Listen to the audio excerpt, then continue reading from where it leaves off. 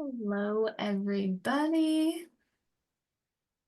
Welcome to our NACBH webinar. My name is Kelsey Kirsch. I'm working with NACBH as the project coordinator, and we're very glad to have you join us today. We'll begin the webinar here in just a minute. And as you're logging in, feel free to share in the chat where you're joining us from, and feel free to use the chat to ask questions throughout the presentation as well. As time allows, we will address any questions at the end, and to help minimize distractions, please keep your microphones muted until we enter the Q&A time.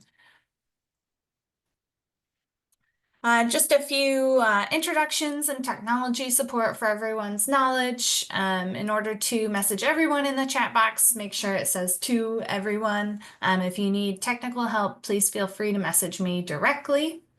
And if you have questions, feel free to put those there as well. Welcome, Matt. And of course, today's presenter is Dr. Gentry. He is Clarity's Senior Vice President of Clinical Services and the Joint Commission Accreditation Survey Coordinator. He is also a licensed psychologist. So I'm going to head ahead and stop sharing my screen so we can get started. Ooh, 1 second, maybe. There we go. Ready to go? Yes.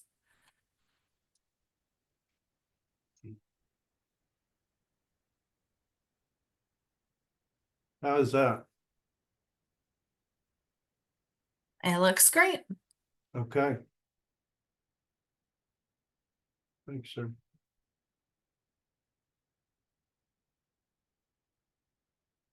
Okay, so I'm going to be talking about Clarity's first step assessment process. So I'm going to start with, what is it? It's a one-time appointment for a child and their family. It lasts about 2.5 to 3 hours. It has 3 parts, and the first part is psychological screening with psychological tests, both objective and projective tests. The second part is a clinical diagnostic interview that includes a mental health literacy survey and recommendations for treatment. And I'll tell you a little more about the mental health literacy survey in just a minute. And then the third part is care coordination services. And this is for assisting with getting services. And we also do follow-ups with the family at 7 days, 30 days, and 60 days after we meet with them, our care coordinator. So what's the purpose? The purpose is to provide multiple mental health literacy interventions. And how I do this when I do an interview is the first thing that I ask the family is, before we get started, I'd like to ask you, how confident are you that you know what your son needs right now on a scale of 0 to 3?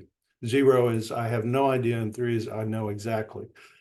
We'll record their response and then say, okay, so when you say you're at about a 1, what kind of services are you thinking of? And so then we record that. And then when I'm done with the diagnostic interview, at the end, I say, before we go over to the care coordinator, I'd like to ask you that question I asked you at the beginning of how confident are you? And then we record that score and ask them what they're thinking of. And that gives us an opportunity to understand if they're following and understanding and agreeing with what we're recommending. Another purpose is to get diagnostic clarification. We see mood disorders, anxiety, trauma, other kinds of stressors. So one of the things we're trying to clarify is what is going on, what is the problem that we need to focus on. And then we're also doing giving focus recommendations that could be in terms of mental health, like psychiatry, or more comprehensive psychological testing, physical health recommendations, or other specialties like sleep or speech and language assessment. And then we also, a lot of the time, we end up doing school recommendations for what in Texas we call a 504 for disability, and also individual education plans. So why first step? The first reason is the shortage of mental health providers increases the need for us to do more focused, more efficient, and more informed referrals. A lot of times we get referrals for psychological testing, for comprehensive psychological assessment, and we won't do that until we've justified the need for it because it's such a critical resource. Comprehensive psychological testing includes a clinical diagnostic interview for an hour and usually about 8 hours of testing split over 2 4-hour sessions, and then a feedback session. So that's a lot of resources. This first step, the way we do it, in 3 hours, we can determine if that's really needed or not. Also, our goal is to increase mental health literacy among caregivers, among parents. About 40% of parents who bring their kids to us for a first step say they rank their confidence at the beginning as 0 in terms of their understanding of what their kid is needing. So they're coming to me as a psychologist and saying, I don't know what my kid needs.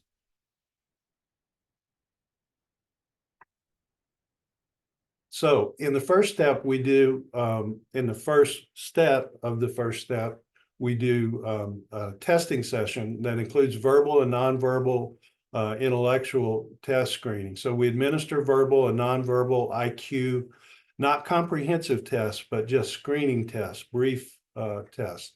We score the tests, we compare the child's verbal and nonverbal IQ scores, and these are standardized tests that use standardized scores, so we can tell if there's a statistically meaningful difference between their scores on verbal and nonverbal IQ.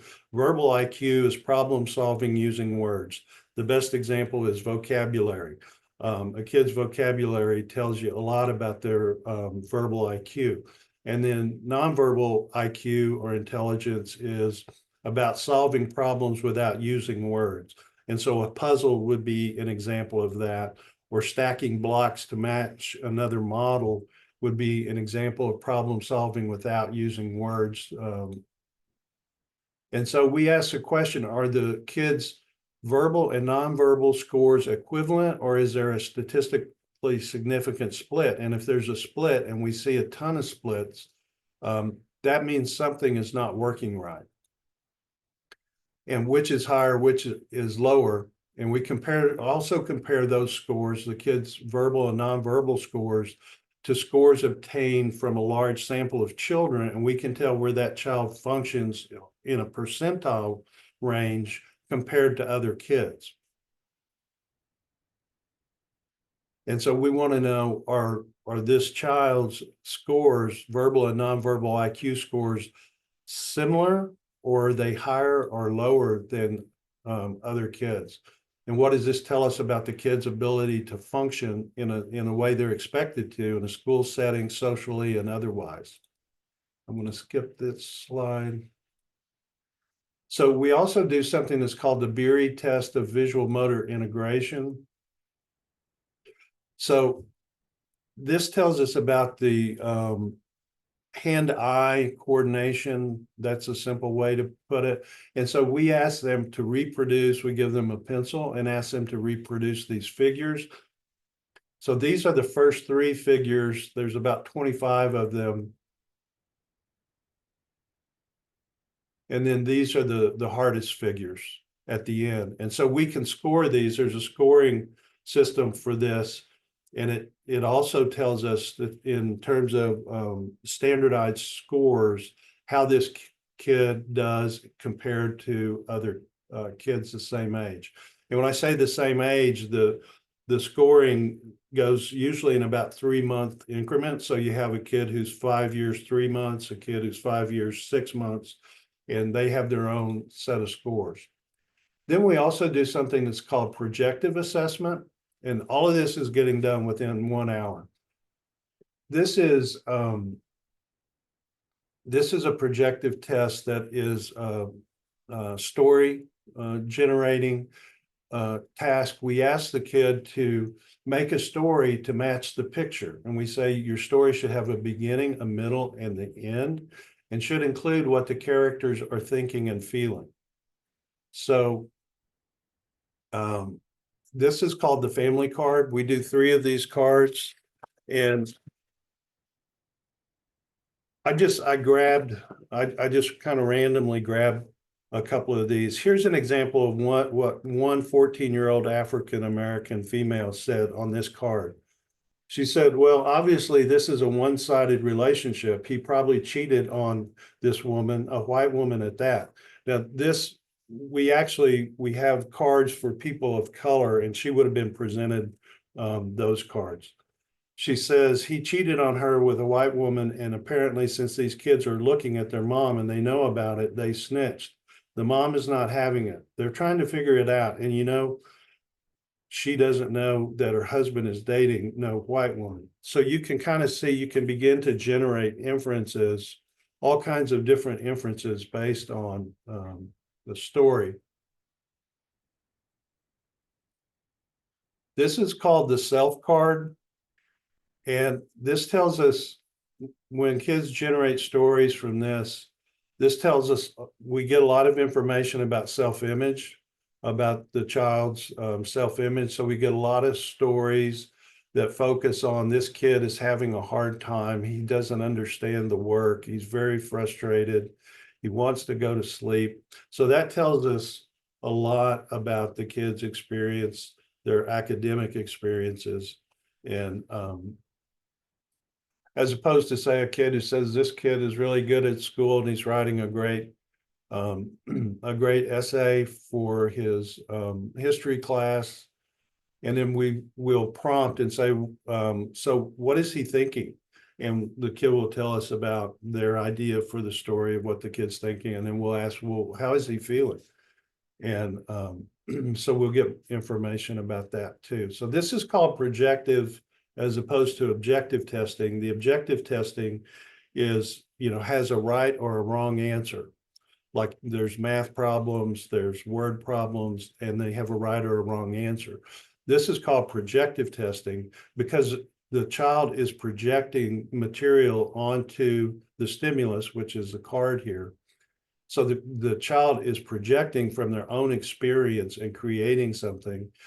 And based on, I've done thousands of these with kids by now, you begin to get a feel for certain kinds of response sets and what it tells you about their intellectual functioning, their social awareness, and a lot of different things like that. So this is the third of the 3 cards, and we call it the social card. So look at that card and imagine a story that a 12-year-old girl might make up for this. So one of the reasons that I'm presenting this is to try to share a method for getting a ton of data in a relatively short period of time about a child and to be able to make recommendations. So another task that we do with the child is called incomplete sentences. I don't know if you can see this, but we provide this piece of paper and it has what we call sentence stems, which is the beginning of a sentence, and then they fill it in. The first one says, my name is, the next one says, I like, the next one says, I'm here today because, the next one says, my biggest problem is, it would help if I could change anything about myself, I would. If I could change anything about my family, I would. And then it says my dad, blank, my mom, blank. And then there's a few more after that. Now, while we're doing this, we have any of the care with the child, and we have a testing room that we take the child to, and we work with kids from 5 to 17 doing this procedure.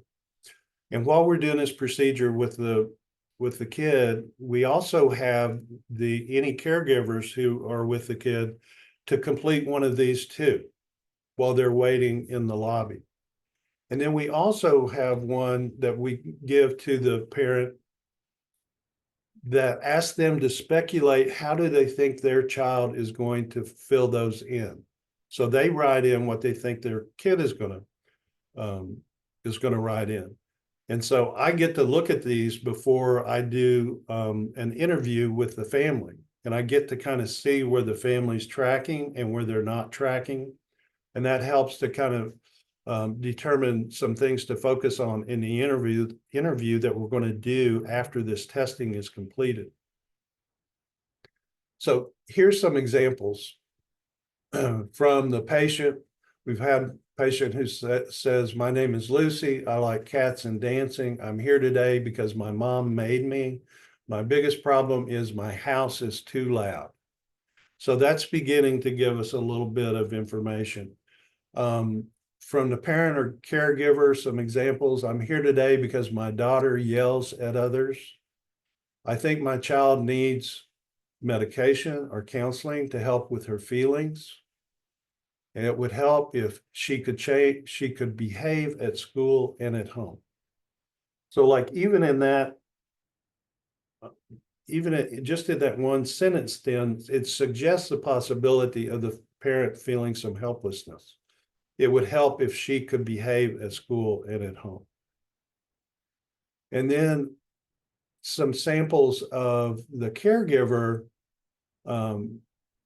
predicting the child's responses. The caregiver says that they think their child will say, I like playing video games. I'm here today because I fight with others. And my biggest problem is having to share my switch with my brother. So this is also a projective test in the sense that there's no right or wrong answers, and the material that is generated by the child or by their caregivers is projecting some of their experience and some of their ways of thinking about their child, their family, and their situation. So after we do the testing, while the testing's going on and I'm preparing for the interview, I'm looking through some information that the parents have filled out for us. And then when the person doing the testing is finished, they take the child back to their parents in the lobby, and then they bring me this data that they've just collected in the testing session, and we go through it in about 5 minutes, 5 to 10 minutes. And so I'm entering, it's not like any other clinical experience that I have. I'm entering into an interview with a child and their caregivers with a ton of information. And usually when we just do psychological comprehensive evaluations, we do the interview first, and we start cold with no information. So this is just a tremendous luxury for guiding and developing a clinical diagnostic interview. So the sections of the interview I mentioned before is we start with the first mental health literacy survey, where I ask the question. So I say, before we get going, I want to ask you a question. I'm going to ask you now, and I ask you again at the end.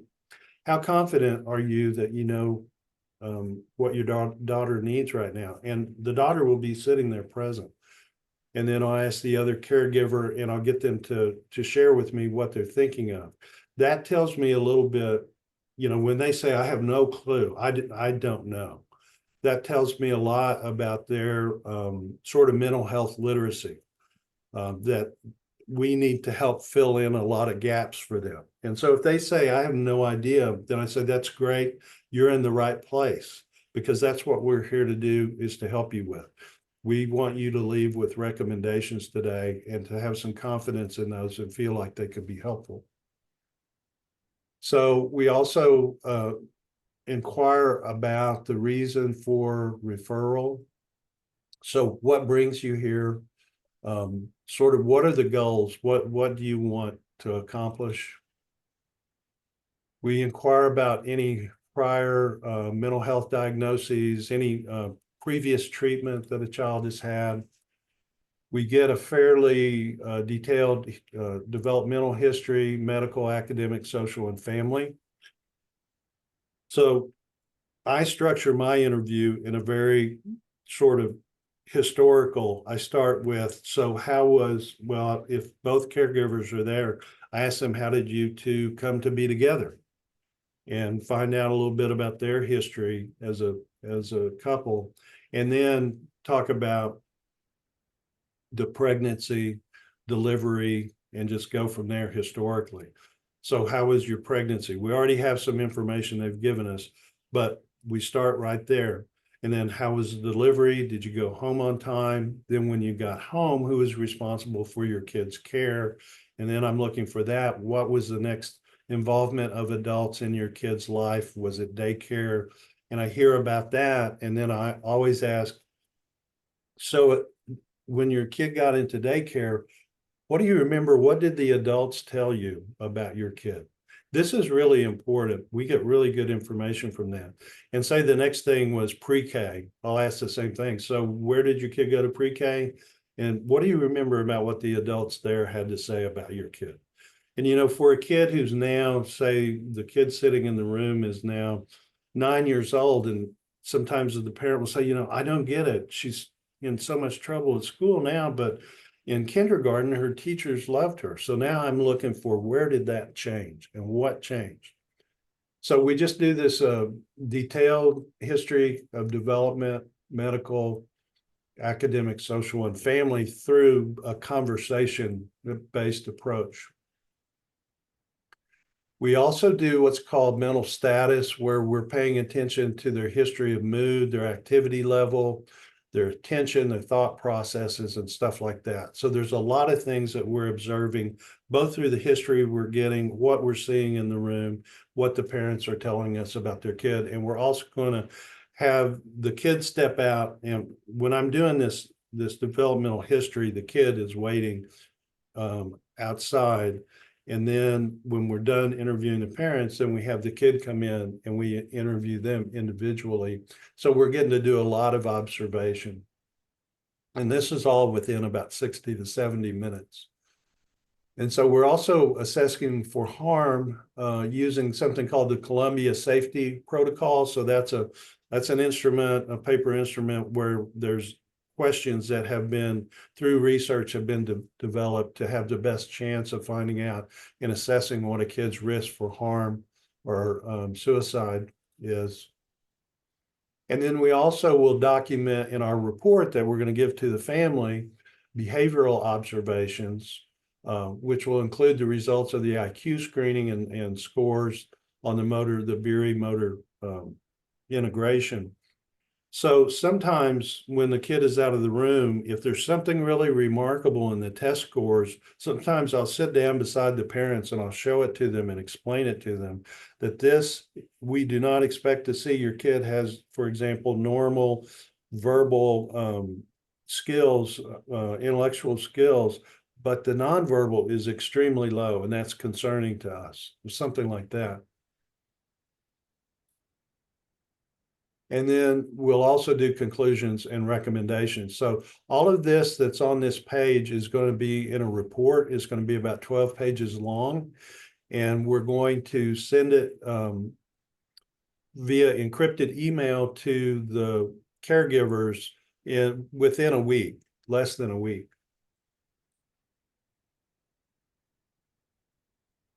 So I just wanted you, I don't know if you can see this, but at some point, we looked at 258 of these that we did in a row, and we just looked at what percentage of these at the beginning of the interview, excuse me, said that they had no idea what their kid needed. Was about 38% at the beginning, before the interview. And after the interview, it was only about 2% who still felt uncertain about what their kid needed. At the beginning, about 36% thought that their kid needed therapy, and that doubled to 67% when we were done. And we asked them at the end, so what do you think your kid is needing?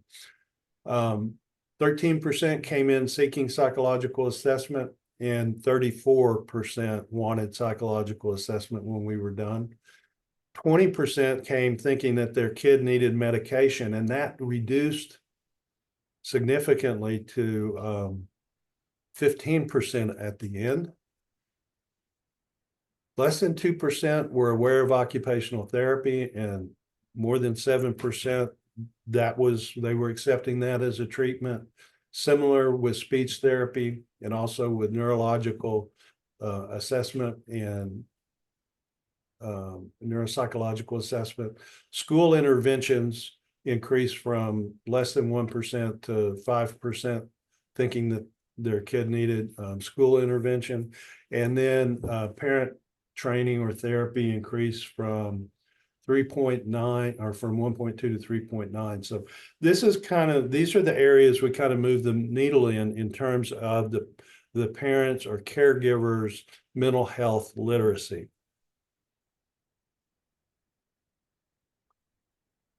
So when I finished my interview, the kid has had a testing session. They've come to me. I've done an interview with the family and the kid together briefly, then a more in depth with just the caregivers, and then in depth with the child. And that interview is about 60 minutes, 60 to 70 minutes. And then when I'm done, and they know this is going to happen because the care coordinator met them when they first came in just to introduce herself. So when I'm done with my interview, I take the family to our care coordinator's office, and we all sit down and I run through the recommendations. So this is another mental health literacy intervention.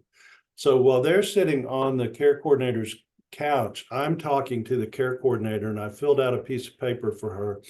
And the parents are being able to observe and listen to me tell the care coordinator our recommendations and our rationale for the recommendations. So they're getting another chance without having no pressure, because I'm not asking them questions.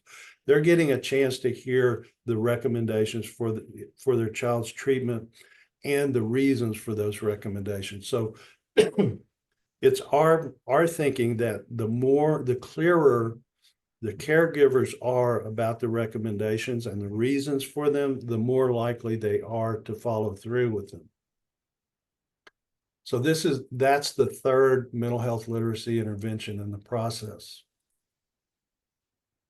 So our care coordinator meets, then I excuse myself, and it's time for the care coordinator to do her part of this process.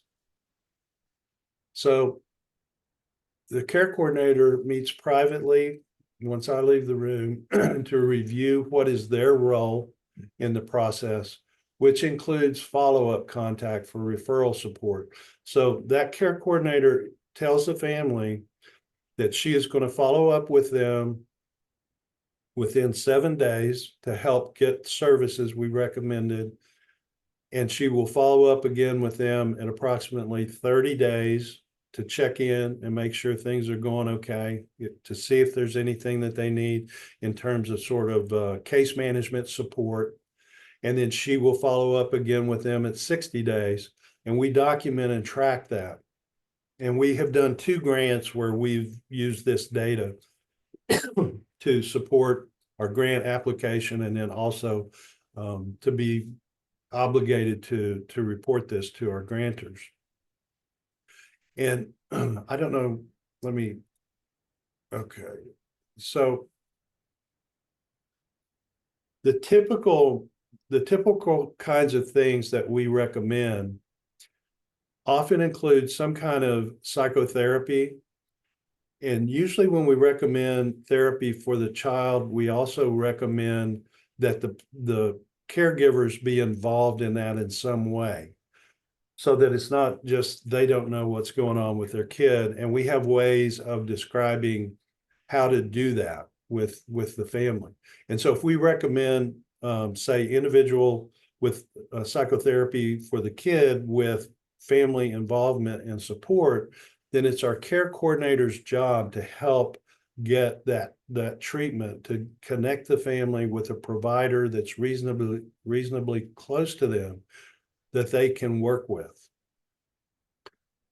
One of the main interventions we do is with the school. So a lot of kids we see will get these scores, and there's a problem in the scores. The verbal and the nonverbal don't line up, or they're very low. Like I have a report I grabbed for a 5-year-old that we did just a couple of weeks ago, a 5-year-old male.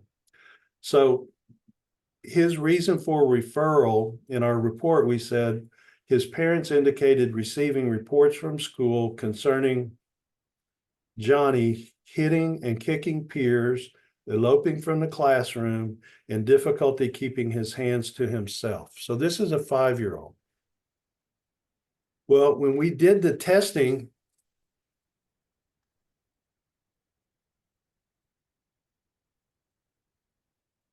what we found was that his verbal score was equivalent to the 16th percentile.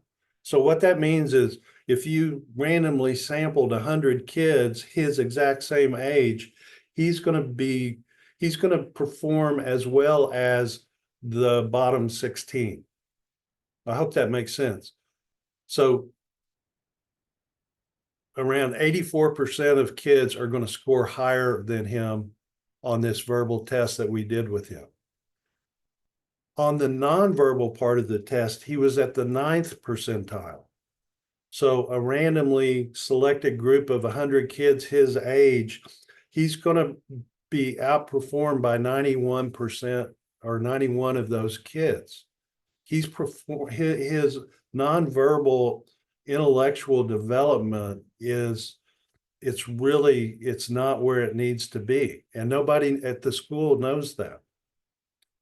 And that hand-eye coordination, the visual motor integration test that we did where they have to draw the figures, reproduce the figures, he was at the 4th percentile, which means that 96% of kids are going to score better than he does in a representative sample.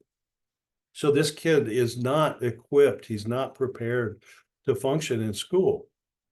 So one of the things that we do for that is we have a book that I'd be glad to share with y'all that was created by an organization here in Texas that is about helping get kids the accommodations that they need at school. So they've created a form letter where you plug in your kid's name and some of your identifying information, and you give it to the school, to their counseling department. And under Texas law, the school has 15 days to respond in writing to your request to have your kid assessed for needing accommodations in the school setting. And they can also, if they choose to, they can provide our written report from a licensed psychologist recommending that the school provide that the kid has testing in the school, because the school will not, they won't recognize our testing, but the family can use the weight of our professional recommendation that the kid, and they have the scores that we got. So we have a clinical justification for why that kid needs testing and accommodation in the school.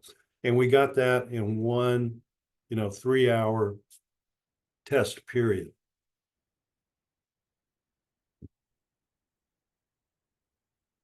So Kelsey, I think I'm going to have finished a little early. You want me to stop sharing? Sure, that's fine. We would welcome any questions anybody may have. Feel free to put them in the chat, or if you want to unmute and ask them, we welcome that as well.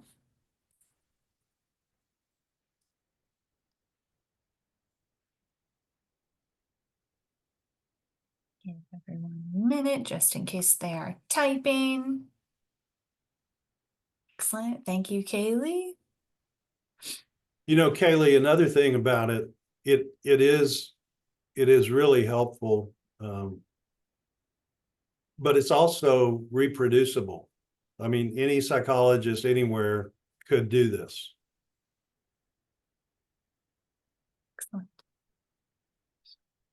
Well, if there are no questions, we're happy to give you some time back if you'd like. Thank you again, Dr. Gentry, for being here with us and sharing this information. And thank you to our attendees for coming. Your participation has been appreciated, and the recording will be posted on our On-Demand Learning Center. Hi, Julie. Hi, I was just wondering if I could ask a question that might be off the beaten path of the clinical space. I work through the perspective of the family lived experience, and so I do peer support, and I work at a child and adolescent psychiatry clinic, but my team works in community-based programs in the crisis system. And I advocate for support to families who are seeking care for their children. And I love the approach that you take with incorporating the health literacy into your assessment, because I think in the family peer community, we see a lot of, from our own lived experience and then the families that we support, we see a lot of empowerment happening as parents gain a better understanding of not only what is happening and being able to speak to what the dynamics are in the home or at school, the challenges they're seeing their children with, but also the system of care that they have to navigate and trying to get access. And so I wonder if there are more supports, not only in assessing the mental health and health literacy of the families, but resources that you use that help increase that and support that after your assessment. Yeah, I think that's part of the reason that we built in this 7-day, 30-day, 60-day thing, so they don't fall off a cliff. And plus we tell them, we're gonna proactively reach out to you in a predictable way at these timeframes, but you can reach out back to us at any time. So let's say a year from now, they're having food insecurity. They can call our care coordinator and our care, and they can say, we were there about a year ago and got this thing called a first step. And we worked with a care coordinator and some things have come up recently and we could really use some help. Could you help us? And our care coordinator is going to say, sure. And it's not going to be a build service. It's just going to be part of her role. So we tried it with the more complicated families, meaning both in terms of a lot going on or low resources or whatever. We stick on that spiel a little more heavily, and try to make it clear. We also have, oh gosh, I'm blanking on it. We have this service in San Antonio, which is a group that is all about community care, and they have all kinds of stuff. I mean, they have tons of resources. You plug in your zip code and then you say what you're looking for. You're looking for food, you're looking for mental health, you're looking for medical, whatever, and it generates resources. And so we connect a lot of families with that service. And also our care coordinator, depending on the family, will actually show them on her laptop, here's how you get to it, and I'm going to write down their address and that kind of stuff. So we're trying to be aware of more than just the mental health part. And I totally agree. We got the idea somewhere along the way that when we were doing psychological evaluations, we were coming cold to the family. We're here about psychology. We're coming cold to the family, and they're leaving not any more educated than except about psychological stuff, which they're going to forget. I've had 1,000 times family, say, I'll ask, has your kid had any services before? And they'll say, yeah, he had a psychological assessment a couple of years ago. And I'll ask, well, what did you learn from that? And it's 95% of the time it's, yeah.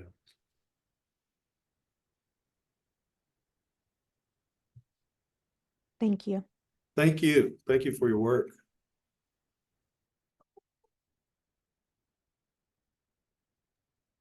Excellent. Okay, well, I haven't seen any other questions come in the chat, but I will work on getting this posted to our on-demand learning center, and thank you all for joining us today. Thank you. Enjoyed it. Thank you, Dr. Gentry.